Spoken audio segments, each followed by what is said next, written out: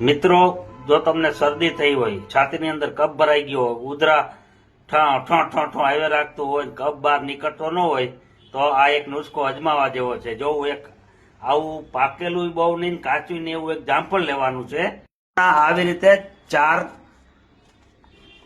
ચીરો નથી કરવાની, પણ આવી 4 કટકા કરવાના જ, આવી રીતે ખુલ્લા રહી એવી રીતે 4 ચીરું થઈ ગઈ.